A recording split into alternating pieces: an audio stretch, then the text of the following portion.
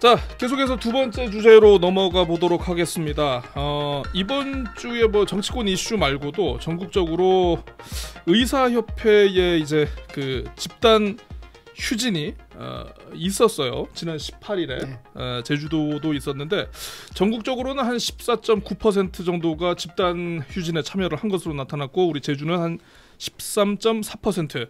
뭐 다행히 큰 혼란은 없었습니다만은 이러다가 자칫 의정 갈등 때문에 그 이 비정상적인 의료 서비스가 앞으로도 또 좀 이어지는 거 아니냐.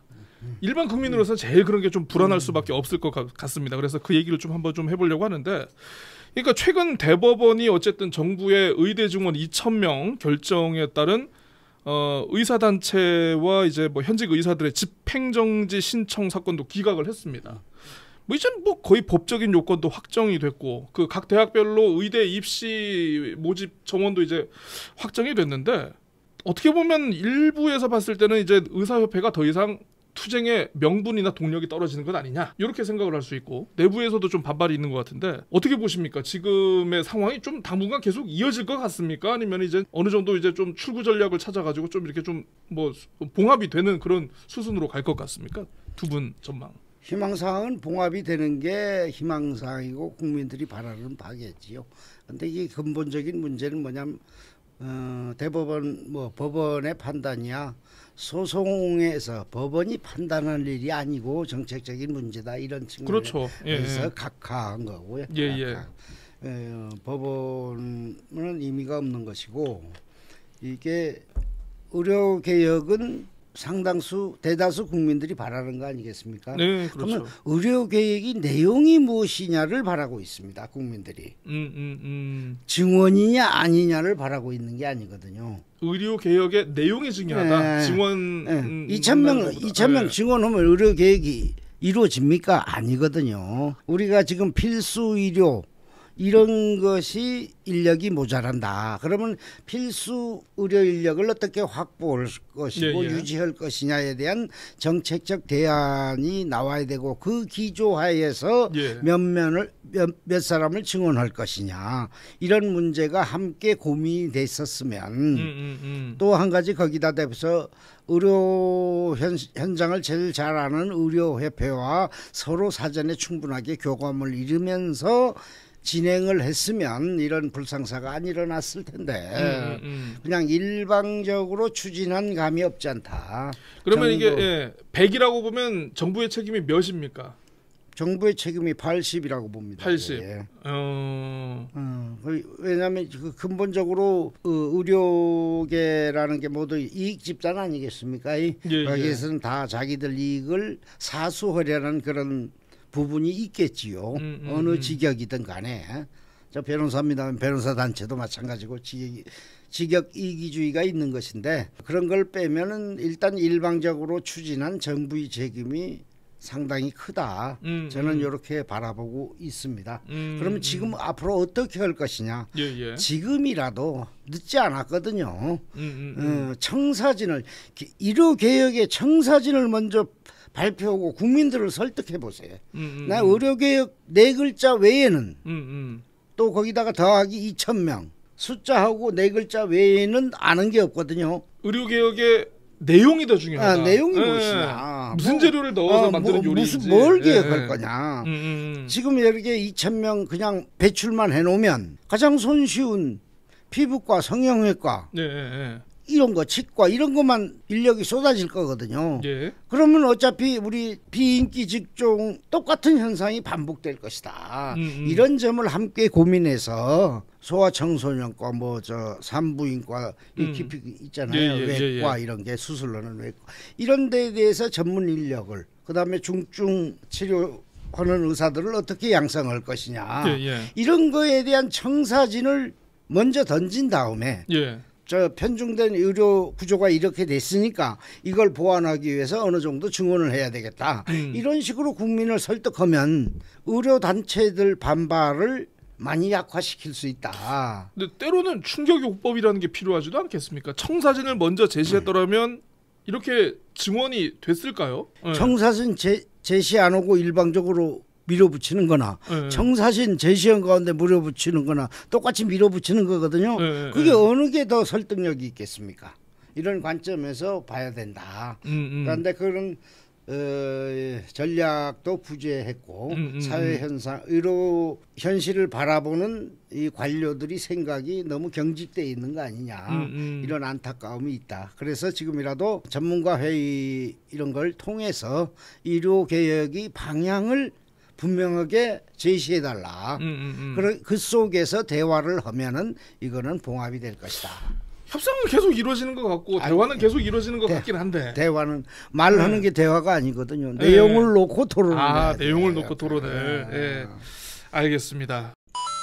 문 교수님은 어떻게 지금? 저는 뭐 100% 동의합니다. 100% 동의하고 두 번째 주제에서는 두 분이 그냥 합의 쫙 맞으시네요. 그게 저는 전형적으로 지금 권력이 그러니까 그 검찰주의자들의 방식이다. 뭐냐면 이미 피의 사실 이미 범죄 사실을 그 사람이 했든 말았든 정해놓고 글로 가는 거 아닙니까? 결론을 정해놓고. 그러니까 2,000명을 정해놓고 나서 이제 꽤 맞춘다. 만남이 거기에 꽤 맞춰버리면 소통이라는 게 없는 거 아닙니까? 근데 실제 지금 의사 수가 왜 부족한지 아까 그 변호사님 정확하게 말씀하셨는데 그럼 인기과에 편중되고 개원으로 가버리고 그러면 공공의료나 필수의료나 심지어는 내과 같은 경우는 아직까지 전무후무했었는데 서울대하고 아산병원이 내과에서 그 내과를 지원하는 숫자가 전공의 숫자가 미달된 적이 한 번도 없었는데 이번에 미달이 됐다고 그럽니다. 그러니까 이런 부분들이 뭘 얘기하냐면 이제는 돈 막 이런 그 좀 편함 뭐 이런 식으로 결정해서 가게 오히려 지금 2,000명 얘기가 더 유도를 하고 있는 것이다. 그러면 시작할 때 왜 의사가 부족하고 어떻게 돼서 어떻게 충당을 하면 될 것이다. 예를 들면 소아청소년과는 왜 지금 다 폐업을 하고 있느냐. 이게 수가가 안 맞거든요. 수가가 안 맞고 애는 점점 줄어들고 뭐 이런 전체적인 문제들에 대해서 오픈을 시켜서 이러이러한 숫자가 부족하고 이만큼 부족한데 이거를 어떻게 배치할 수 있느냐라고 하는 거를 의사협회든 뭐 의사단체든 같이 지혜를 이렇게 좀 모아서 요렇게 결정해 보자.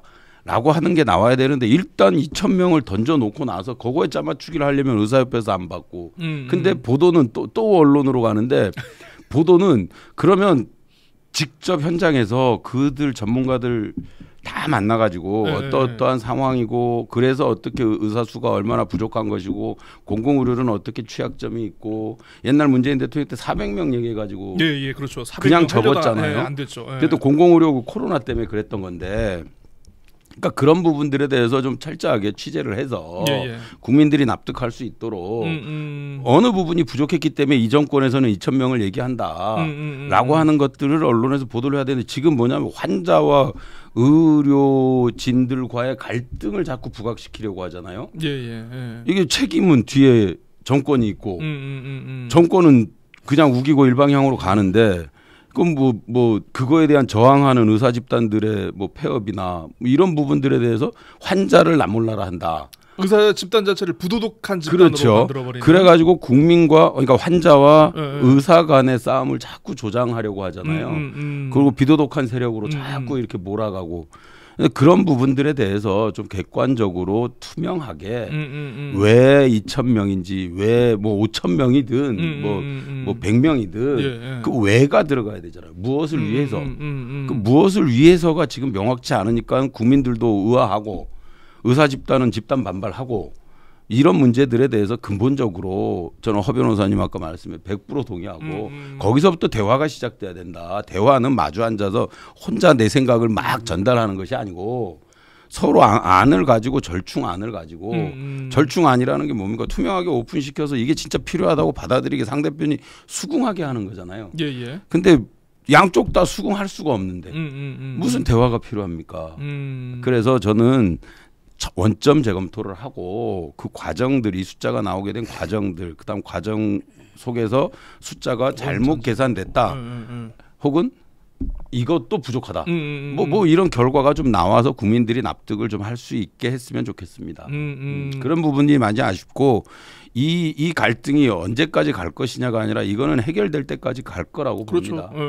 누가 힘으로 자꾸만 북한하고도 그렇고 외교도 그렇고 강대강으로만 자꾸 가니까 이게 결국은 정권에서 정책이든 뭐든 강대강으로 가서 까려면 까. 이게 답정너로 계속 하니까 북한도 계속 자극하고 그래서 좀 이런 이 국정 기조를 좀 바꿀 필요가 있다. 국정 기조를 바꿀 필요가 있다. 저 그렇게 생각합니다. 알겠습니다.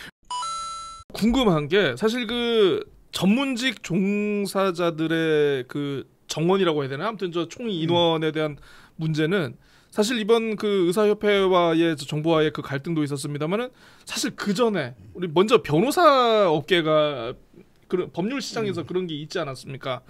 사실 이제 예전에는 이제 사법고시라는 어떤 하나의 루트를 통해서만 법조인이 시장에 배출이 됐는데 이제는 로스쿨을 하면서 이제 뭐 전형의 방법도 굉장히 넓어지고 폭도 많이 넓어졌는데 로스쿨 하면서 정원이 지금 많이 늘지 않았습니까? 엄청 많이 늘었죠. 네. 그 이후에 좀 법조 시장에 변화가 많이 있었습니까? 변화가 많이 있었죠. 무슨 변화냐면 일단 잘하는 변호사 또 못하는 변호사 이렇게 또 이렇게 차등이 생겨버려요. 아 변호사 그러니까 변호사들 사이에서도 이 어떤 뭐 서열 이런 건 아니고요. 하여튼 능력상 그래서 저기 좀 더 나은 변호사를 찾아가야 되겠다라는 그런 성향이 더 강화된 것 같다. 그게 전체 법률 시장에 긍정적인 영향을 줬다고 평가하십니까? 아니면 부정적인 영향? 부정적인 거죠. 아 부정적입니까 그게? 똑같이 A라는 변호사와 B라는 변호사가 어디 가도 괜찮다 정도의 신뢰를 심어주면서 법조인을 양성해야 되는데 그런 신뢰를 못 심어줬다. 지금 의료도 마찬가지로 그런 현상이 나타날 거거든. 2,000명 해서 100% 나타나죠. 그러면은 뭐 몇 학번부터는 열애시키고 몇 학번부터는 그렇게 되는 거죠. 얘네는 제대로 교육받지 못했다 될 거 아닙니까? 지금 왜냐하면 대학 내에도 실습실 교수 숫자 뭐 하나도 맞지 않잖아요. 그럼 얘네들이 양질의 교육을 받을 수 있느냐 신입생들이 그 양질의 교육을 받을 수가 없다. 학교 시설 자체가 문제가 되니까 강의실부터 교수 숫자부터 그다음에 제일 중요한 게 실습 실험인데 그거를 어떻게 할 것이냐에 대한 대안도 없고 비슷한 얘기를 좀 들은 것 같습니다. 예전에 그 제주195 26회인가요 27회인가요 그 입학식 때 너네는 한 몇 미터 떨어져 가지고 입학시켰다고. 25회인가요? 뺑뺑이. 변호사 업계가 그렇게 흘러가는 걸로 보여요. 제가 보기에는. 또 이게 2,000명 의료계 증원을 해버리면 똑같은 비슷한 현상이 똑같은 능력을 가진 사람이 교육을 제대로 받지 못함으로 인해서 소외되는 이런 고급 인력을 무력화시키는 것이다. 그러니까 다른 쪽에도 참여를 해줘야 되는데 고급 인력들이 한쪽으로만 몰려서 그쪽에서 생존 경쟁을 위해서 아구다툼을 해야 된다라는 이런 아주 바람직하지 못한 현상이 일어날 우려가 있다. 아니 뭐 의료인 분들이 고급 인력이고 굉장히 오랜 시간 공부를 해서 그 전문적인 기술을 취득했다는 거에 대해서는 뭐 동의를 합니다만은 고급 인력이라는 이유로 어떻게 보면 이제 요즘 청년들의 어떤 공정과 뭐 어떤 뭐 상식 이런 걸 바라는 분위기를 보면은 또 그렇다고 고급 인력이라는 이유로 그 사람들의 모든 걸 우리가 다 보장해줘야 될 그런 의무는 있는가? 보장은 아니고 예를 들면 이거 비유가 그러니까 보장이라는 게 그러니까 그거죠. 이제 수급 조절을 함으로써 이제 뭐 좀 일정 부분을 맞춰주겠다라는 건데 그런 관점이 아니라 의료는 굉장히 중요합니다. 변호사보다도 더 중요하거든요. 사람이 생명을 다루는 거잖아요. 그렇죠. 어느 정도 소양을 갖춘 훈련을 하고 배출을 해라. 그렇죠. 이런 관점에서 보면 거기 저 급여를 보장해주라 뭐 이런 맞습니다. 측면은 아니거든요. 그래서 꼭 필요하다고 보이는 인력을 예상치를 추정을 해서 거기에 맞는 세팅을 한 다음에 증원을 해라. 이거 이렇게 주장을 하고 싶은 거거든요. 그러니까 처음부터 설계를 잘해라. 당연히 잘해야죠. 이게 내용이라는 거거든요. 이제 그 다음에 또 하나가 이제 산업 구조의 문제인데 그 이공계에서 그러니까 우리가 흔히 얘기하는 문과 이과 얘기하듯이 이과에서 의대로 다 몰리잖아요. 우수한 학생들이. 그 이공계 쪽의 산업 구조들에 대해서 이과 그러니까 그 이학 뭐 예를 들면 생물학이나 화학 뭐 이쪽이나 그다음 공과대나 이 학생들이 전문적으로 연구를 해서 나갔을 때 사회적으로 보장되어지는 지점들이 지금 너무 취약하다.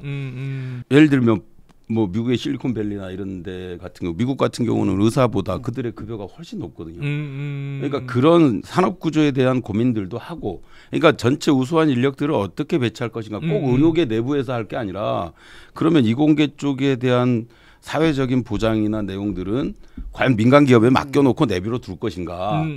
근데 당장 대통령은 지금 뭐 스타트업이나 뭐 이런 쪽에 그 예산 먼저 일단 삭감을 해버렸잖아요. 네. 그럼 여기서 특히 이과 쪽의 박사 과정이나 이런 친구들은 졸업해도 갈 데가 없어요.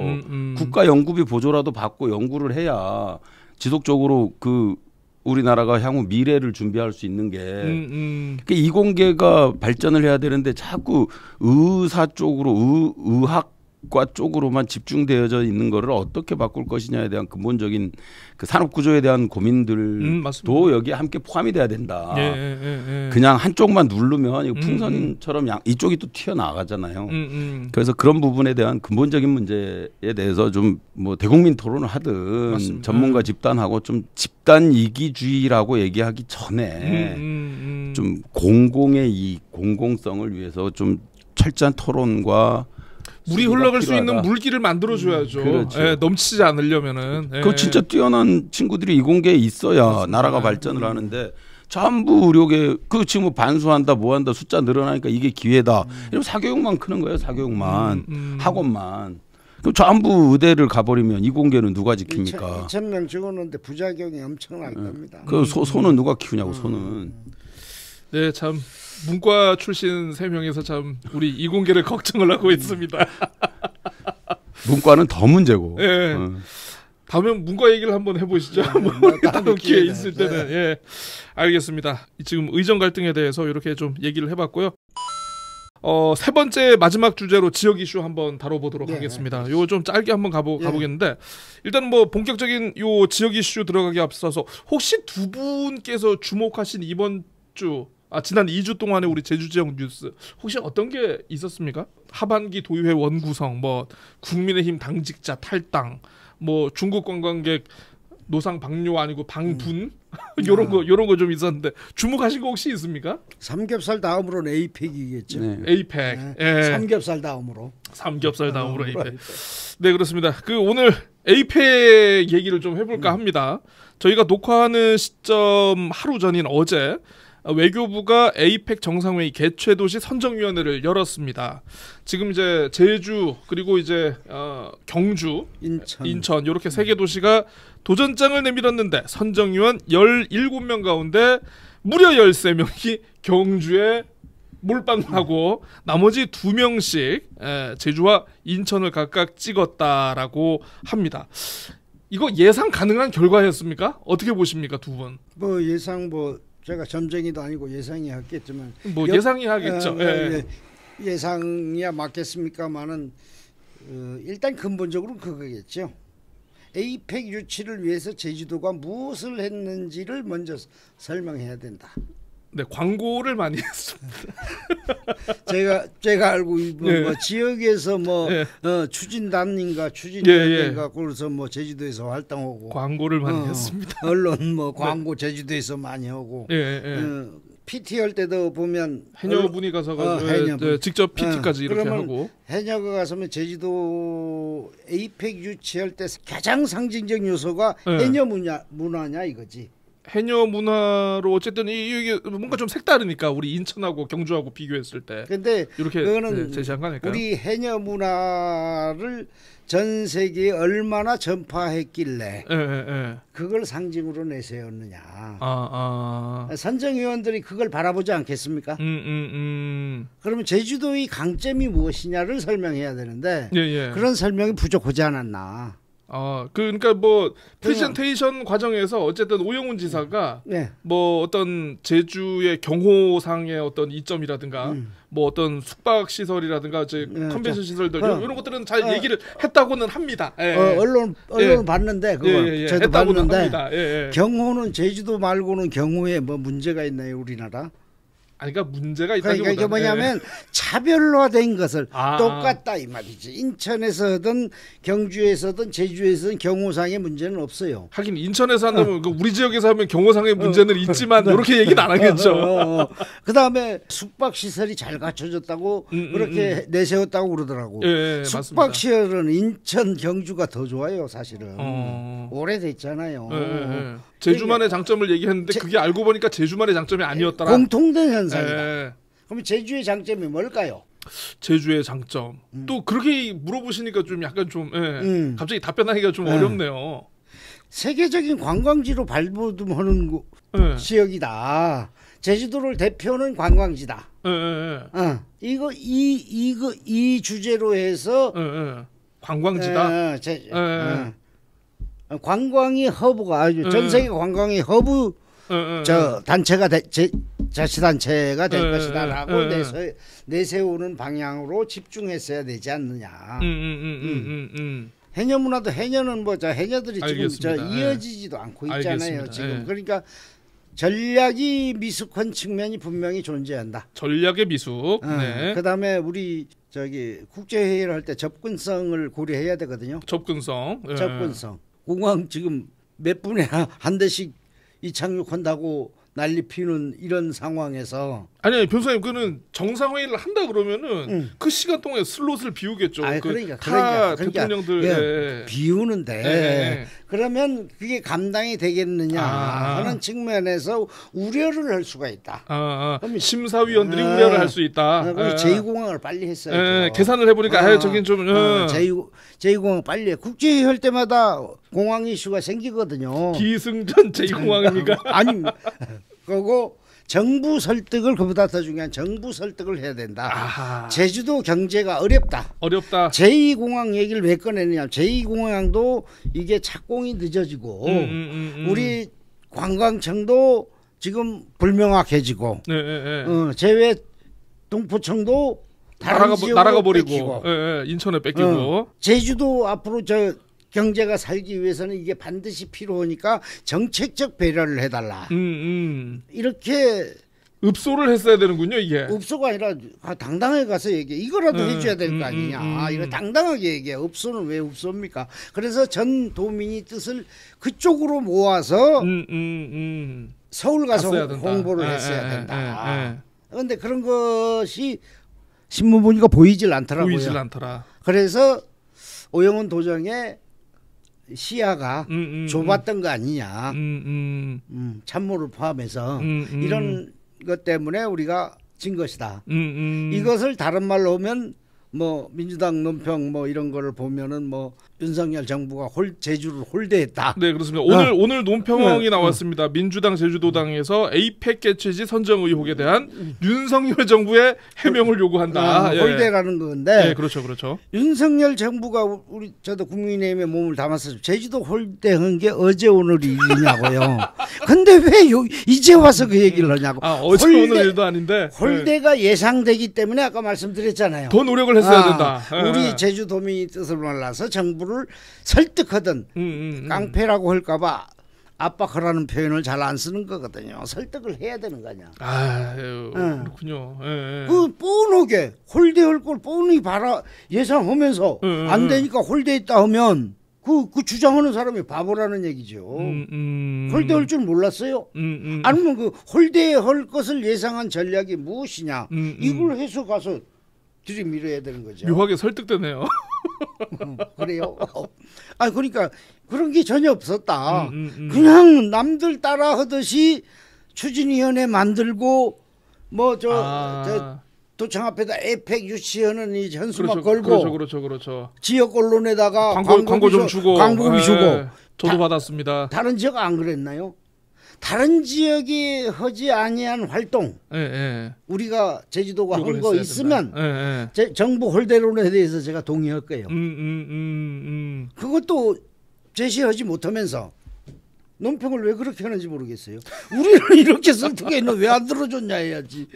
그냥 뭐 알겠습니다. 교수님 어떠십니까? 네, 저는 일단 많이 안타깝고요. 많이 안타깝고 지금 오영훈 도정에서 최선을 다한 거는 그 과정을 통해서 제가 알고 있습니다. 알고 있고 그런데 실제 17인의 위원회의 과반수 이상이 공무원이에요. 그다음에 교수 출신 몇 명 이런데 반반했네요. 난 구성을 잘 몰라요. 예, 구성이 공무원이 뭐 저기 기재부부터 뭐 막 공무원 출신들이 쭉 있는 걸로 저는 알고 있습니다.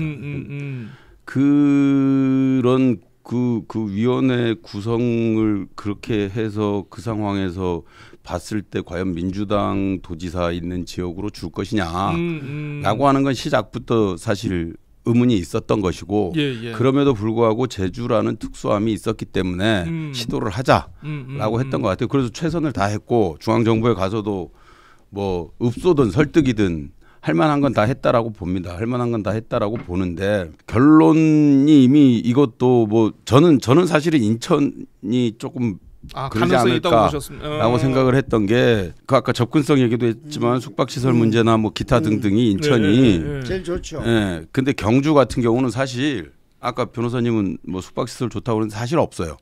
사실 숙박시설의 제일 문제는 경주에는 숙박시설 같은 거는 문제가 될 거예요. 예. 그 다음에 이제 경호 문제도 마찬가지고. 근데 인천 같은 경우는 뭐 그건 충분히 얘기할 수 있다라고 생각을 했었는데 정말 의외로 경주가 압도적인 표로 됐더라고요. 그래서 이것은 뭐 정치적인 배려라고밖에 저는 볼 수가 없다. 그리고 이제 이게 국가적인 차원에서 에펙 정상회담을 국가적인 차원에서 어떻게 배치를 해서 이게 전체적으로 대한민국을 좀 알리고 요럴려면 오히려 좀 그 제주도가 특성상 가장 맞았다라고 생각을 하는데 이제 그 부분에 있어서 뭔가가 좀 정치적인 기제가 작동이 됐다라고 밖에는 저는 생각을 할 수가 없다라고 하는 측면이 있습니다. 그래서 이 부분뿐만이 아니라 나머지 부분들도 지속적으로 아까 허 변호사님 말씀처럼 정부는 정부대로 설득하되 그 정도를 감안하고 어차피 제주도 홀대론에 대해서는 감안하고 우리가 할 수 있는 걸 최선을 다해서 그 이외의 것들이라도 열심히 해서 좀 도민들 왜냐하면 제주도 같은 경우는 사실 67만 인구로 볼 게 아니라 1,500만 인구로 봐야 되거든요. 저는 항상 얘기하는 게 그건데 관광객이 1,500만 명이 왔다 갔다 하잖아요. 1년에. 그러면 사실 1,500만 명 사이즈로 봐야 되는 것이고 노출도 그렇게 봐야 돼요. 이제 그런 측면을 고려하지 못한 좀 약간 정치적인 기제에 대해서 저는 안타까움이 있는 거죠. 네. 저는 그 최선을 다했다는 부분에 대해서 아쉬운 점을 하나 말씀드릴게요. 저는 그 언제까지 도당위원장 했잖아요. 그 행정체제 개편할 때는 도와달라고 찾아와서 제가 나서서 행정체제 개편에서 일정한 역할을 해서 자치도비 개정됐어요. 에이펙과 가을로서는 전혀 인원을 안 해요. 협치를 전혀 안 한다고. 근데 과연 그게 최선일까요? 도당위원장 관뒀잖아요. 아니, 국민의힘 제주도당 있잖아요. 허용진 개인하고 인원회라는 게 아니고 도당하고 전혀. 지금 도당위원장 없잖아. 아니 그 전에 없을 때 저 선정됐잖아요. 그 전부터 준비했잖아요. 준비 과정부터 이거는 제주도 전체 공통이 이게 관련된 거기 때문에 여기서는 국민의힘과 협의를 하면서 어떻게 할 것인가 전략도 같이 고민해주고 이런 협치가 필요했었지 않느냐. 맞습니다. 이런 부분을 전혀 안 했어요. 자치단체 부활하는 저 특별법 개정도 제가 안 나섰으면 저는 이루어지지 않았다라고 봅니다. 우리 국민의힘과 협치를 안 했으면. 아니 뭐 그거는 뭐 큰 역할을 하셨다고 그건 저도 인정합니다. 에이펙 할 때는 근데 틈만 나면 깨알 같은 자랑 좀 하지 말고. 아니 근데 현재는 깨알 같은 이게 깨알보다 훨씬 커요. 깨알보다 밑강만 오지 않나. 왜 그런 거를 같이 그거는 아쉬운 지점. 협의를 안 하다. 그래서 놓고 최선을 다했다. 아이디어 빌려갈 수도 있고, 그렇죠. 여러 가지 행동을 같이 할 수도 있고 하는 부분이잖아요. 이거는 정치적인 문제가 아니니까. 이런 정치적인 문제, 정치적인 문제인데 이런 것을 안 해놓고 최선을 다했다. 그건 나는 경주가 선정된 배경에는 나는 뭐 제 개인적인 생각입니다. 세계에 대한민국을 알려야 되잖아요. 천년이 대한민국 역사가 자리 잡은 곳이 경주잖아요. 아, 수도로서의 천년. 네. 이것이 가장 강점이 아니었을까.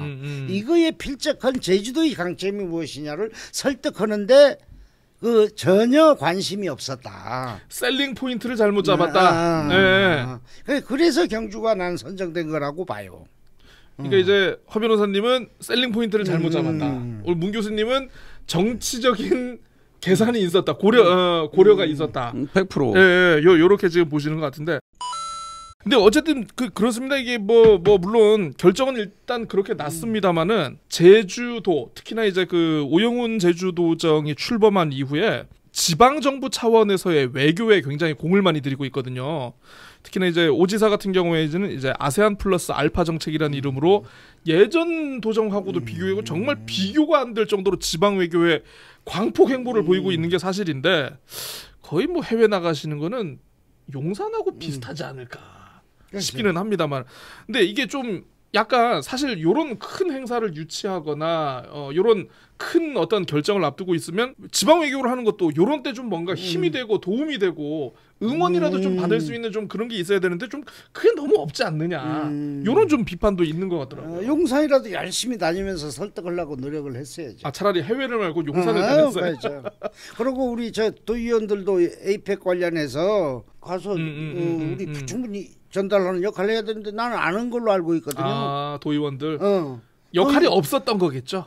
도의회에서는 뭐 있어요 이게. 이거 같이 해야 되거든. 그래서 최선을 다한 게 아니라 최선 다하는 흉내만 낸 거 아니냐는 최선을 다하는 의구심이 있다. 의구심이 있다. 아유, 그렇습니다. 안타깝습니다. 어쨌든 안타깝고. 네. 그러니까 우리 저 오영훈 도정이 대표적인 실정 중에 하나겠죠. 이게 유치 실패가 뭘 했는데 유치가 실패됐다를 먼저 도민들한테 설명해 줘야 돼요. 우리는 이렇게 했는데 안 되더라. 모르잖아 도민들이. 그냥 말로만 최선을 다했다. 이거는 도정 책임자로서 할 행동은 아니라고 봐요. 오늘 아마 이제 오지사가 이제 입장 표명이 있을 예정이라고 하는데요. 아마 제가 봤을 때는 아까 소개를 해드렸던 민주당의 논평과 괴를 같이 하겠죠. 괴를 같이 하는 그런 입장이 나오지 않을까 해서 사실 이런 거 선정을 할 때 정치적인 고려도 있는 것도 맞고 지리적인 것도 분명히 그러니까 모든 게 다 고려 대상이지 않습니까? 고려 대상이죠. 그러니까. 근데 그 중에 내가 이제 한 가지 이유로 배제를 됐다고 그거에 대해서 이제 불만의 목소리를 내는 게 과연 타당한가? 저는 뭐 좀 개인적으로는 그렇게 생각하고. 준비 부족 정치적으로. 어떤 요인들이 정치적인 뭐 요인도 있고 뭐 여러 가지 요인이 있겠죠. 근데 저는 또 이런 거 보면서 그 생각도 한번 해봅니다. 그러니까 그 제주가 다자 외교의 가장 큰 핵심으로 갖고 있는 무기 가운데 하나가 저는 제주 포럼이라고 생각을 하거든요. 제주 포럼이 정말 진짜 역사도 이제 꽤 20년 넘지 않았습니까? 20년 넘고 이제 매년 치러지면서 이게 뭐 외교부하고 같이 손잡아가지고 굉장히 뭐 나름대로 예산도 많이 투입하는데 제주 포럼을 나름대로 우리가 조금 어떤 길고 큰 목표를 가지고 제주도가 접근을 했더라면 좀 이게 뭔가 그렇죠. 그것도 자리를 잡지 않았을까 싶긴 하는데, 그러니까 보면은 이제 원희룡 도정 때는 제주 포럼에서 블록체인 얘기를 하고 오영훈 도정에서는 제주 포럼에서 수소 경제를 얘기를 하고 하다 보니까 조금 뭐라고 해야 됩니까? 그 좀 이 도정의 성격에 따라 가지고 제주 포럼이 좀 약간 왔다 갔다 하는 그런 느낌? 이런 것도 좀 많이 들어가지고 그 부분도 좀 한번 좀 바로 잡았으면 좀 제주도 발전에 대한 일관적인 비전 내지는 목표 의식이 없다는 거죠. 예. 저도 좀 그 부분이 좀 약간 안타까웠습니다. 그래서 제주 포럼을 통해서라도 좀 브랜드 인지도라도 좀 크게 높였으면은 차라리 좀 아까 이제 말씀하신 대로 여러 가지 요인 중에 하나로 이렇게 이게 좀 작용을 하지 않았을까 싶은데 그 부분이 좀 안타깝습니다. 자, 어쨌든 이렇게 오늘 3개 주제를 또 얘기를 해봤습니다. 14회 방송 저희가 그 애완견 논란에서부터 그리고 이제 의대 증원 갈등 그리고 이제 에이펙 유치 실패에 대해서 얘기를 해봤는데 혹시 두 분 못다한 말씀이 있으신지? 없습니다. 못다한 말씀 있는데 다음에 하죠. 예. 자, 아무튼 두 분 오늘 말씀 또 감사드리고요. 지리한 장마가 이어지면서 아마 이제 조금 피해를 보는 분들 나타나지 않을까 싶습니다. 미리미리 준비 잘하시고 저희는 이 꿉꿉한 와중에 또 좀 더 뽀송뽀송하고 산뜻한 아이템으로 준비해서 2주 후에 저희는 찾아뵐 걸 약속드리겠습니다. 자, 변방에서 외치는 정치 소돌이 변정소 14회 방송 여기까지 하고요. 저희는 다음 시간 다시 찾아뵙도록 하겠습니다. 두 분 정말 고생 많으셨습니다. 감사합니다. 감사합니다.